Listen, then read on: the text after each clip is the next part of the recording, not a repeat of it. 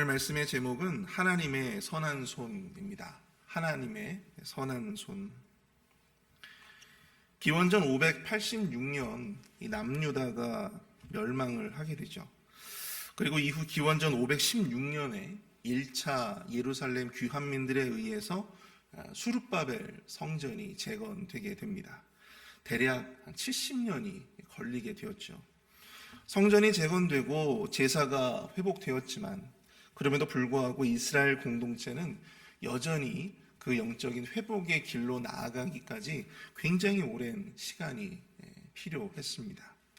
그리고 이스라엘 공동체의 이러한 영적인 회복을 위해서 부름받은 자가 있었는데 바로 에스라였다라고 하는 것이죠. 그는 제사장이자 또 율법을 연구한 학사로서 하나님으로부터 이스라엘 백성들에게 율법을 가르치고 또 그들이 율법대로 잘 살아갈 수 있도록 그들을 권면하는 그러한 사명과 그런 비전을 바로 이 에스라에게 주셨다고 하는 것입니다. 오늘 우리가 읽은 이 본문은 이스라엘 공동체의 회복을 위해서 그와 함께 귀환했던 자들, 2차로 귀환했던 자들을 소개하고 특별히 이 부족했던 레위인들을 그가 소집했던 그런 과정들을 설명하고 있는데요. 오늘 새벽에는 특별히 이스라엘의 영적인 회복을 위해서 이 첫걸음을 떼기 시작한 이 에스라 그리고 그와 함께했던 자들을 통해 오늘날 우리 신앙 공동체 그리고 이 교회 회복을 위해서 필요한 것이 무엇인지 함께 살펴보고 또 은혜를 나누어 보고자 합니다. 첫 번째로 우리는요, 익숙함과 안일함에서 벗어나 섬김을 결단해야 한다라고 하는 것입니다.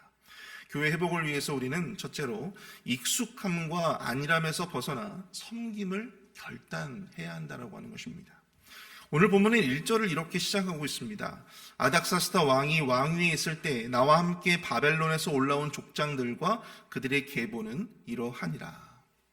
에스라와 함께 2차 귀환 명단에 기록된 인원들은 대략 1775명입니다. 여자들과 아이들까지 한다면 대략 한 9,000명에서 10,000명 정도 되는 규모라고 합니다. 그런데 이는 이전에 1차 귀환자들의 규모에 비해서 굉장히 적은 숫자라고 하는 것이죠. 거의 한 4분의 1에도 미치지 못하는 그러한 규모였습니다. 이처럼 1차에 비해서 2차 귀환민들의 숫자가 적은 이유는 과연 무엇이었을까요? 1차 포로 귀환이 있고 또한 2차 포로 귀환이 또한 이루어지기까지 무려 80년의 시간이 흘렀습니다. 이는 남유다가 멸망한 후에 유다의 포로들이 이 바벨론과 페르시아에서 생활한 지가 적게는 150년 그리고 많게는 그 이상 생활을 했었다고 하는 것이죠. 그 시점은 이미 남유다의 멸망을 경험한 자들은 한 사람도 살아남지 못한 그러한 시기였습니다. 이미 바벨론과 페르시아 두 제국을 경험하며 그곳에서 태어나고 그곳에서 자란 사람들이 대부분이었다고 하는 것이죠. 나름대로 이 느헤미야나 에스더, 이 모르드게처럼 그곳에서 태어나서 그곳에서 교육을 받고 그곳에서 평생을 살면서 직장을 갖고 또 그곳에서 자신의 삶의 터전을 일구어 오던 바로 그러한 자들이었다고 하는 것입니다. 그러한 상황 속에서 그 모든 안정적인 삶의 지위를 버리고 삶의 기반을 버리고 할아버지 아버지의 나라인 유다로 돌아간다라고 하는 것, 예루살렘으로 돌아간다라고 하는 것이 그들의 입장에서 본다면 그렇게 쉬운 문제는 아니었다라고 하는 사실입니다. 게다가 당시에 이 예루살렘과 유다의 상황이 모든 것이 잘 구비되어지고 정말 모든 것이 정말 잘 준비되어진 그러한 곳이었다라고 하면 모르겠지만 당시 그 유다와 예루살렘의 상황이 그렇게 녹록지 못했다라고 하는 사실이죠. 그러니 더더욱 이 귀환에 망설일 수밖에 없었다라고 하는 것입니다. 근데 다른 문제는 다른 데 있었어요. 우리 15절을 한번 볼까요? 내가 무리를 아하와로 흐르는 강가에 모으고 거기서 3일 동안 장막에 머물며 백성과 제사장들을 살핀즉 그중에 레위 자손이 한 사람도 없는지라. 레위 자손이 한 사람도 없었다고 합니다. 에스라를 따라서 2차로 예루살렘으로 가는 그 귀환민들 가운데 레위 사람이 한 사람도 없었대요. 에스라와 더불어 귀환을 결정한 자들의 숫자도 많지 않았는데 더 큰 문제는 레위 사람들이 그 가운데 한 명도 있지 않았다. 여러분들, 레위인들이 어떤 일을 했던 사람들입니까? 여러분들이 다 잘 아시겠지만 레위인들은요, 제사장들과는 달리 제사를 주관하고 제사의 업무를 하지는 않았지만 성전에서 제사장들을 도와서 제사를 돕고 또 성전의 경비와 또 성전의 여러 가지 어떤 기물들을 관리하고 청소하고 또 음악과 여러 의식의 보조 역할을 감당했던 사람들이었어요. 뿐만 아니라 신앙교육과 율법을 가르치기도 했습니다. 이러한 레위인들이 한 명도 없었다. 그리고 따지고 보면 1차 귀환 때에도 제사장들의 숫자에 비해서 레위인들의 숫자는 그렇게 많지 않았다는 거죠. 근데 2차 귀환민 중에 이 레위인들이, 이 중요한 역할들을 하는 레위인들이 단 한 사람도 없었다라고 하는 것은 에스라의 입장에서는 또 이스라엘의 입장에서는 굉장히 큰 문제였다라고 하는 것입니다. 성전과 이스라엘의 영적인 회복에 있어서 이것은 굉장히 큰 걸림돌이 될 수밖에 없었던 것이죠. 제사장들만으로는 성전의 제사와 업무들을 다 소화할 수 없었기 때문입니다. 분명히 레위인들에게 하나님께서 부여하신 분명한 영적인 롤이 있었고 역할이 있었는데 그것을 맡을 자들이 없었다라고 하는 것입니다. 바벨론과 페르시아에서 포로 생활을 하면서 이 제사장으로서 또 레위인으로서의 분명한 정체성을 가지고 산다라고 하는 것이 그리 쉬운 문제는 아니었을 것입니다. 더더욱 제사장들을 보좌하고 또 성전의 여러 잡무들을 처리하는 레위인들의 직책이 그들의 입장에서 본다면 그다지 매력적이지 않을 수도 있었겠죠. 그래서 그들은 제사장들에 비해서 레위인으로서의 자기 정체성을 가지고 그것을 붙들고 산다라고 하는 것이 제사장들보다 훨씬 더 어려운 일이었을 거라 짐작해 볼 수 있습니다. 그런데 이러한 여러 요인들이 있음에도 불구하고 에스라와 함께했던 이 제사장들 또한 나중에 이제 합류하게 되어지는 38명의 이 레위인들을 보면서 우리가 도전받아야 할 것이 과연 무엇인가? 그들은 그럼에도 불구하고 이스라엘의 영적인 회복과 또한 성전의 회복을 위해서 자신이 가지고 있었던 삶의 기반, 페르시아와 바벨론에서 가지고 있었던 삶의 기반들을 포기하고 안락함과 안정을 포기하고 자기 희생과 또한 섬김의 결단을 감수했다라고 하는 사실입니다. 무너진 예루살렘 땅에 새롭게 성전이 세워지고 또 그 성전을 통해서 제사가 회복되고 이스라엘의 영적인 회복이 이루어지기까지 자신이 가지고 있었던 이 삶의 안락함과 안정을 포기하고 또 자기 희생과 결단의 길로 나아갔던 수많은 사람들이 있었다라고 하는 사실을 여러분들 우리는 바라보아야 한다고 하는 것이죠. 이들의 희생과 결단을 보면서 우리는 교회가 교회되기 위해서 교회가 온전히 그 교회로서의 기능들을 잘 수행하고 또 하나님께서 우리 교회에게 부여해 주신 그 사명을 온전히 감당하기 위해서 이 교회를 위해서 자신의 삶의 안락함과 안정을 내려놓고 그 익숙함을 포기하고 교회를 위해서 자신을 희생하는 수많은 목회자들과 또한 성도들이 필요하다라고 하는 것을 우리는 기억해야 한다라고 하는 것입니다. 그리고 그러한 자기 희생과 내려놓음을 통해서 교회가 더욱더 교회되어질 수 있는 것이고 또 우리 교회에 부여하신 하나님의 사명을 감당할 수 있는 힘이 생기게 되는 것이죠. 그렇게 교회가 더욱 교회되어지는 것이고 하나님의 영광이 임하는 교회로 회복되어질 수 있다라고 하는 사실을 우리는 이들의 이야기를 통해서 생각해 볼 수 있는 것입니다. 빌립보서 2장 5절부터 8절까지의 말씀을 보시면 예수님에 대해서 이렇게 소개하고 있는 것을 보게 됩니다. 너희 안에 이 마음을 품으라. 곧 그리스도 예수의 마음이니 그는 근본 하나님의 본체시나 하나님과 동등됨을 취할 것으로 여기지 아니하시고 오히려 자기를 비워 종의 형체를 가지사 사람들과 같이 되셨고 사람의 모양으로 나타나서 자기를 낮추시고 죽기까지 복종하셨으니 곧 십자가에 죽으심이라. 하나님과 우리 사이의 관계를 회복하고 또 우리를 구원하시기 위한 그 십자가의 거룩한 부르심에 그 하나님의 부르심에 우리 예수님은 하나님과 동등됨의 자리, 그 지위를 스스로 포기하셨습니다.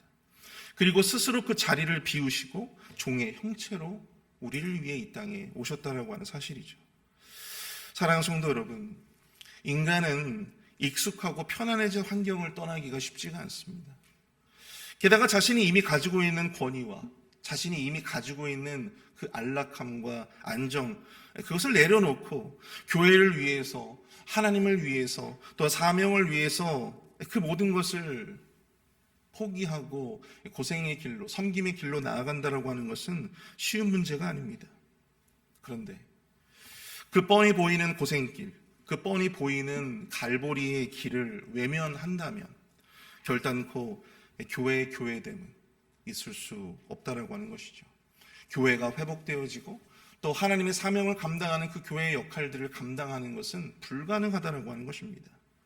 교회의 회복과 공동체의 회복이라는 거창한 것이 아니더라도 지금 당장 우리 교회가 교회로서 그 기능과 역할을 수행할 수 있는 것은 담임 목사님을 비롯해서 참 수많은 우리 성도님들이 각자의 환경에서 익숙함들을 포기하고 또한 그 고생의 길, 그 어려움의 길을 결단하는 그런 수고를 감당했기에 이렇게 우리 교회가 이 교회로서의 역할들을 감당할 수 있는 것이고 또 부흥의 사역들을 감당할 수 있는 것 아니겠습니까?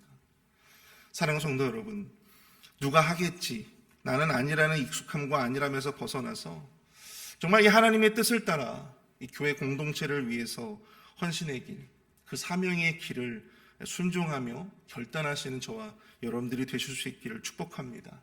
그러한 성도님들이 더욱더 우리 교회에 많아지게 될 때에 우리 교회가 더욱더 하나님의 영광으로 채워지게 되는 것이고 또 우리 교회가 더욱더 교회되어지고 또 더욱더 하나님의 전으로서 부흥하는 교회로 온전히 회복될 줄로 믿습니다. 교회 회복을 위해서 우리는요, 두 번째로 한마음 한뜻으로 주를 위한 일에 합력해야 한다라고 하는 것을 우리는 기억해야 합니다. 우리는 한마음 한뜻으로 주를 위한 일에 합력해야 한다. 앞에서 우리는 2차 귀환민들 가운데 제사장은 있었지만 레위인이 한 사람도 포함되어 있지 않았다라고 하는 것을 보게 되었죠. 이에 대해서 당시 2차 귀환민들의 리더였던 에스라의 반응을 한번 볼게요. 우리 16절 17절입니다. 이에 모든 족장 곧 엘리에셀과 아리엘과 스마야와 엘라단과 야립과 엘라단과 나단과 스가랴와 무술람을 부르고 또 명철한 사람 요아립과 엘라단을 불러 가시비아 지방으로 보내어 그곳 족장 이또에게 나아가게 하고 이또와 그의 형제 곧 가시비아 지방에 사는 느디님 사람들에게 할 말을 일러주고 또 우리 하나님의 성전을 위하여 섬길 자를 데리고 오라 하였더니 이 에스라는 족장들을 불러요. 그리고 그들을 가시비아라고 하는 지방으로 보냅니다. 거기서 이 우리 하나님의 성전을 위하여 섬길 자를 데리고 오라 그렇게 명령하죠. 여기서 이 가시비아라고 하는 것이 어디냐? 바로 이들이 지금 모여 있었던 아하와 강에서 그리 멀지 않은 곳에 있었던 이 레위인들이 모여 살던 집성촌이었습니다. 여기서 우리는 우리 하나님의 성전을 위하여 섬길 자라고 하는 이 구절을 주목해야 합니다. 에스라가 레위 사람들이 한 사람도 없다라고 하는 것을 모든 족장들에게 알렸어요. 그리고 그들로 하여금 가시비아 마을로 가서 레위인들을 강권하여 데리고 오라 그렇게 명령했습니다. 그러면서 하는 말이 그 일이 우리 하나님의 성전을 위한 일이다라고 하는 것을 주지시켰다라고 하는 것이죠. 내 일이 아니라 너의 일이 아니라 바로 우리 하나님의 성전을 위한 일이다라고 하는 것을 주지시켰다라고 하는 것입니다. 개인이 아닌 우리 모두의 문제이고 우리 모두가 함께 해결해야 할 문제임을 주지하고 있음을 주목해야 하는 것이죠. 여기에 나오는 족장들이 여러분들 무슨 어떤 종교 지도자들이 아니잖아요.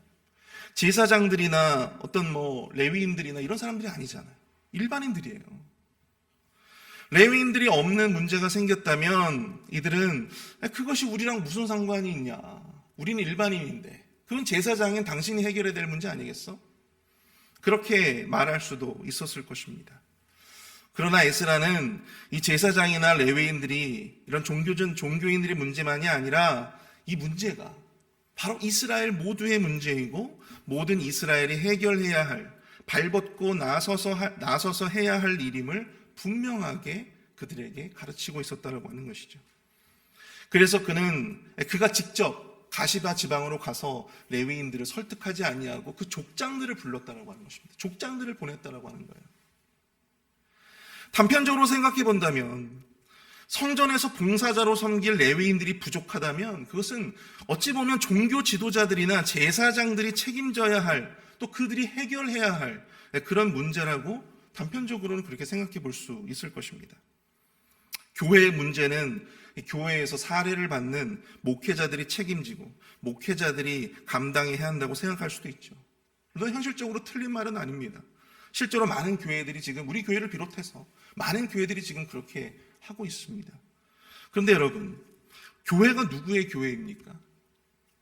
에스라가 말한 것처럼 교회는요, 목회자의 교회도 아니고요, 또 성도들의 교회도 아닙니다. 교회는요, 우리 하나님의 성전이고 교회는 우리 하나님의 교회임을 기억하십시오. 하나님을 위한 일에 목회자의 책임이 따로 있고 성도들의 책임이 따로 있는가? 그럴 수 없다라고 하는 거예요. 교회에 섬길 자가 부족하고 교회에 봉사자가 부족하다면 교회에서 사례를 받는 목회자가 다 책임지고 하면 되지라고 하는 생각보다 그것이 우리 하나님의 일이고 그것이 우리 하나님의 교회를 섬기는 우리 모두의 일이다라고 하는 그런 마음으로 우리가 정말 함께 고민하고 또 함께 책임지며 함께 권면하는 그런 모습으로 나아가야 하지 않을까.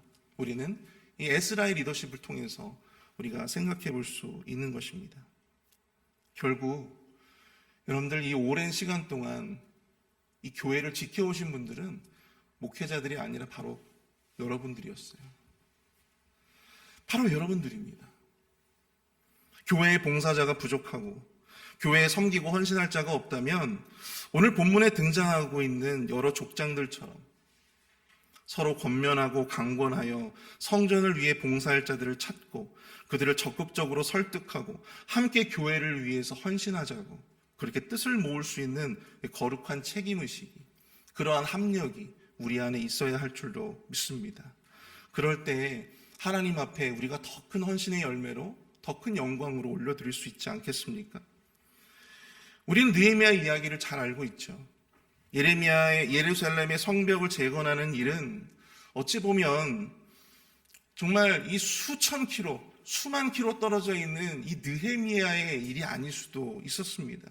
그것은 어쩌면 예루살렘에 살고 있는 예루살렘 사람들의 일이었을 수 있습니다.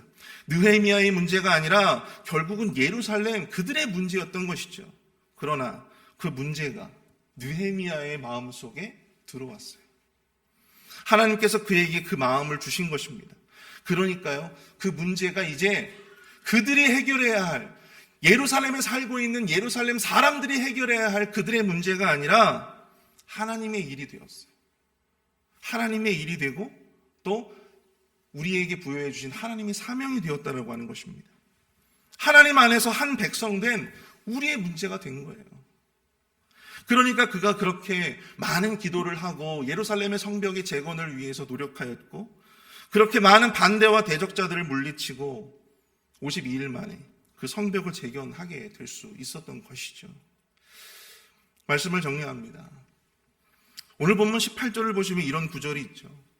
우리 하나님의 선한 손의 도우심을 입고, 결국 하나님의 선한 손의 도우심으로 말미암아 이 족장들의 강권을 받은 38명의 레위인들이 2차 귀환민에 합류하게 되었습니다.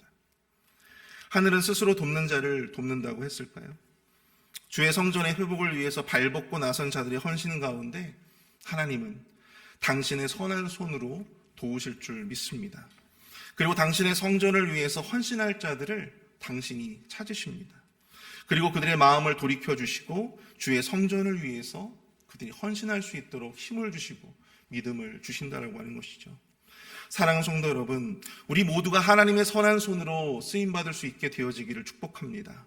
주의 교회를 위한 일에 우리 모두가 같은 마음으로 같은 책임의식을 가지고 우리 안락하고 안정적인 그 자리와 또한 그 위치에서 벗어나 비록 조금은 고생스러운 일이라 할지라도 주의 교회를 위한 그 일에, 내 눈에 보여지는 그 일, 내 마음에 계속해서 쓰여지는 바로 그 일에 우리가 한 마음으로 헌신할 수 있는, 그렇게 함으로 우리 교회를 더욱더 아름답게 주의 영광으로 채워갈 수 있는 그 거룩한 도전을 하시는 저와 여러분들이 되실 수 있기를 축복합니다. 우리 함께 우리 말씀을 생각하시면서 함께 기도하기를 원하는데요. 교회의 회복 그리고 교회가 교회 되어지기 위해 우리가 우리의 익숙함과 안일함에서 벗어나 도전하게 하여 주시고 섬기게 하여 주시고 결단하게 하여 주옵소서. 그것이 남의 일이 또한 목회자가 책임져야 할 일, 다른 사람이 해결해야 할 일이 아니라 주를 위한 일이 되어지게 하시고 나의 일이 되게 하옵소서. 거기에 우리의 마음의 열정을 쏟아 헌신할 수 있는 그런 믿음이 우리에게 있게 해달라고 함께 기도하겠습니다.